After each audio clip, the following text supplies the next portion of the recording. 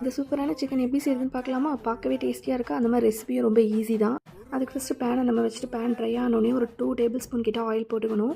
Oil heat ஆனதுக்கப்புறம் 3 green chillies, அப்புறம் கொஞ்சோண்டு ஜீரகம், ஹோல் ஸ்பைசஸ் எல்லாமே கொஞ்சம் கொஞ்சம் ஆட் பண்ணிவிட்டு ஒரு 2 டேபிள் ஸ்பூன் கிட்ட ஜிஞ்சர் கார்லிக் பேஸ்ட் இது எல்லாத்தையும் நல்லா சாட்டே பண்ணணும். அது நல்லா சாட்டே ஆனதுக்கப்புறம் நம்ம எடுத்து வச்சுருக்கிற சிக்கனை நம்ம அதில் ஆட் பண்ணிக்க வேண்டியதான். இப்போ சிக்கனை நல்லா பெரட்டி விட்டுட்டு அதுக்கப்புறம் நம்ம சிக்கன் கூட தேவையான அளவு சால்ட், அப்புறம் திக்கான கர்ட் வந்து ஒரு 2 டேபிள் ஸ்பூன் கிட்ட ஆட் பண்ணியிருக்கேன். இது நல்லா ஆட் பண்ணி நம்ம பெரட்டிக்கணும். அதுக்கப்புறம் லெமன் ஜூஸ் ஒரு ஹாஃப் லெமன் ஜூஸ் ஆட் பண்ணி இது எல்லாத்தையுமே நல்லா நம்ம பெரட்டி விடணும்.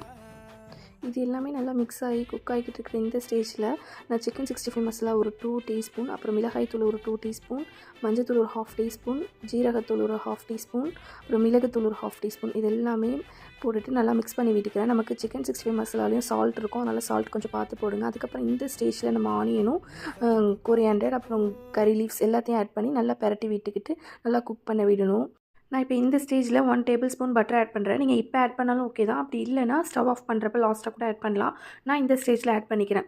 இது நமக்கு ஒரு நல்ல சில்கி லுக்கை கொடுக்கும். நல்லா பட்டர் ஆட் பண்ணி மிக்ஸ் ஆனதுக்கப்புறம் இது நல்லா குக் ஆகிறதுக்கு இன்னும் நல்லா குக் ஆகிறதுக்கு கொஞ்சம் வாட்டர் ஆட் பண்ணி மூடி போட்டு சிம்மில் வச்சு நல்லா குக் பண்ணிவிட்டு 10 மினிட்ஸ் கழிச்சு ஓப்பன் பண்ணி பார்த்தா இந்த மாதிரி எண்ணெய் பிரிஞ்சு சிக்கன் ரெடி ஆகிடும். இந்த ஸ்டேஜில் நம்ம ஆஃப் பண்ணிவிட்டு கார்னிஷிங்காக கொரியாண்டர் லீஃப் ஆட் பண்ணிக்கலாம். அன்றைக்கி நான் வந்து ப்ளைன் பிரியாணி பண்ணியிருந்தேன். அதுக்கு இது சைட் டிஷ்ஷாக செம்மையாக இருந்துச்சு. இதை நீங்கள் ரைஸ் அப்புறம் டின்னர் ஐட்டம்ஸ் எல்லாத்துக்குமே இது வந்து அல்டிமேட் காம்போவாக இருக்கும். இந்த மாதிரி நீங்களும் ட்ரை பண்ணி பார்த்துட்டு இதோட டேஸ்ட் எப்படி இருக்குன்னு சொல்லுங்கள். See you all in next video. Until then, bye from Kalidev Vlogs.